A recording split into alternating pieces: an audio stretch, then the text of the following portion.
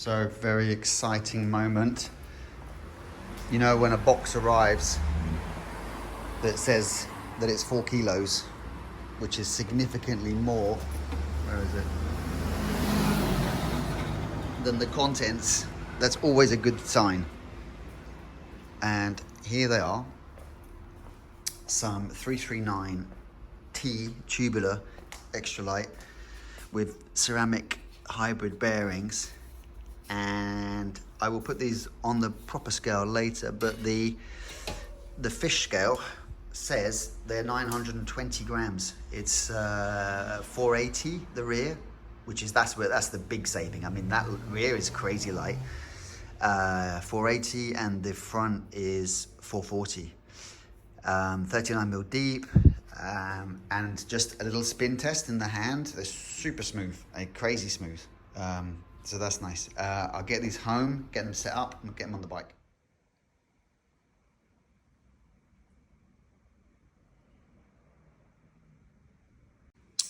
Okay, the rear is now built up, and we have a weight of 880 grams. So the tire is 275, quite a light tubular. The disc, this is the rear, the 140 disc was 60 something, and then the titanium Extralite bolts were 6 or 7 grams, compared to your standard steel bolts, which were about 12. So 880 with the disc and the tire and everything is pretty good. Now the front wheel has been giving me some jip because when I went to mount the disc, 5 of the bolts went in quite nicely, but one didn't. And I don't know if you can see this hole here. Let's see if we can get it in focus. There we go. This has now been tapped because the threads were clearly not in good shape. The bolt did not want to go in just with fingers, and I didn't dare try it with a tool. So I took it into work, ran a tap, an M5 tap through it, and it now is okay, but I wrote to Extralite about it, and they said that they clamp the hub here when they anodize it.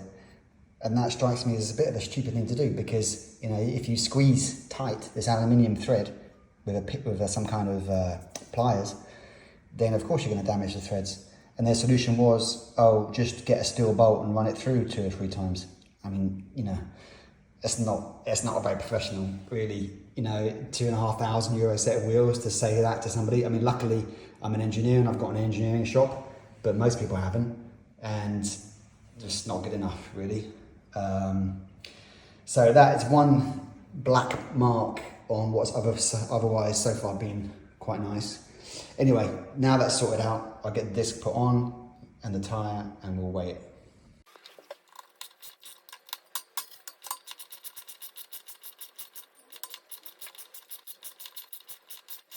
Just thought I'd show you how I'm putting the tubulars on these days. I have now switched from glue to tape, just because the tape seems to have got a lot better, and it's quite fine. This is double-sided tape. You just peel off this fine red part at the end. It's much quicker, easier, less mess, and it's always been a little bit painful smearing glue all over these. And anytime you get a brand new tubular wheel, whereas the tape, you know, you can just peel it off pretty much with a bit of acetone, clean it up. So yeah, this is just quick and easy, and I prefer it now to glue.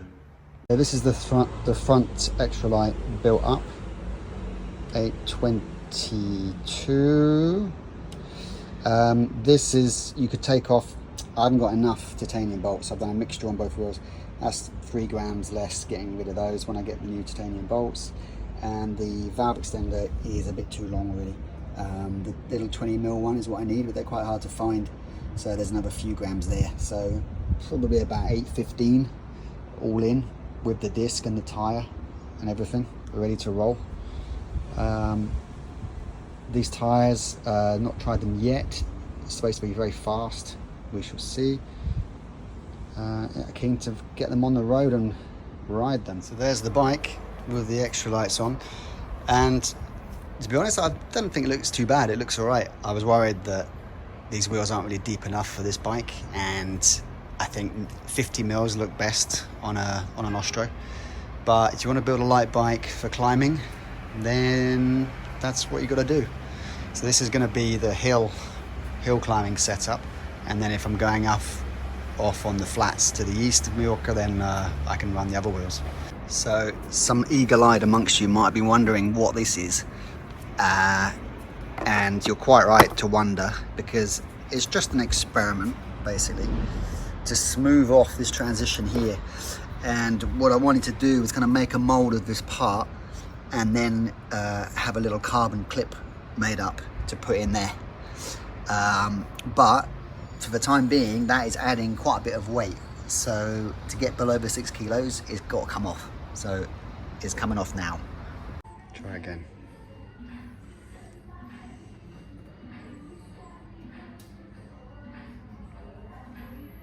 No, that can't be right either. What is that? 6.27. Oh, it's different again. This is. There we go.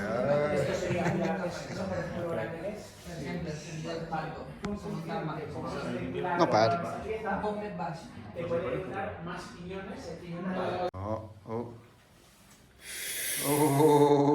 Wow. Look at that. So we're on the Rafa Tempo night. It's very windy, and it must be like first decent ride with these wheels, and I mean, it's too windy to really say too much. It's actually good that I've got these today, even though it was a flat ride, because the traction moves a lot less than my deep ones, so that helps stability a bit. But acceleration off the line is really good, and they feel very snappy out of the lights. More than that, it's a little bit difficult to say at the moment. I haven't done any serious climbs on them, which is where they belong. Today's ride was pretty. So yeah, heading home now. Decent ride, quite fast, against the wind now, and a nice shandy. It's windy, isn't it, Joe? Okay, so what I've done here with these Galfa discs, which are 6-bolt as opposed to the center lock of the Decadence wheels, is I've gone with a mixture of titanium and aluminium bolts. I didn't dare put aluminium bolts in all 6 because there is the potential for failure, even if it's very small. So what we've got here is 3 titanium from Extralite, which are about 8 grams for the 6. And we've got 5 grams for the 6 aluminium ones, which the aluminium ones are those. So 3 and 3 at the front, and 3 and 3 at the back.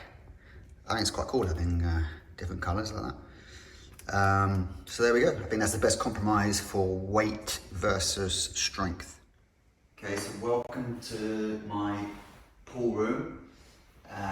For the final conclusion on the bike and what it's all about, really, because, and here it is, I think it's the lightest Ostro in the world. It's certainly one of the lightest aero bikes in the world, and it's really nice to be able to have a bike that's aero and also light. And some people don't really get it at all, and I understand that you know, what's the point, you know, what's the difference between a 6 kilo bike and a 7 kilo bike? You're never going to feel it, doesn't matter. And to those people I always say, well, you know, if that's the way you feel, then take a kilo of sugar, put it in your back pocket and go around cycling with that all the time, because, you know, it's that extra kilo that you can either take off or not take off, and I've always liked having a light bike. Back in 20 years ago, I was in Geneva doing mountain bike racing, and at the time I had one of the lightest full suspension mountain bikes in the world, because I cut down every bolt and got it down to, I think it was low 9 kilos. And a light bike just feels snappy. It accelerates really well. Don't forget that acceleration is not just going from zero, increasing speed, it's also braking. That's an acceleration. Cornering, that's an acceleration. So, and as soon as you remove mass from that equation, there's less force. So it all becomes a little bit easier. So yeah, 10 grams here, 10 grams there, doesn't sound like much, but every little 10 grams builds up into something more consequential. And I just it's fun, it's just my hobby. I tinker, I buy light parts, I experiment, some are good, some aren't so good. And the result is just a nice light bike that I'm proud of, that I enjoy riding. Very snappy feel, good for hill climbing. As I say, I've lost a bit of aero with this setup. So if it's going to be maybe a triathlon or a fast ride out on the flats, then I'll put the other wheels back on. But I really like these wheels. I think they're a nice design, super light, very smooth, and I'll be riding this, I think, for most of the winter like this, and let's see how we get on.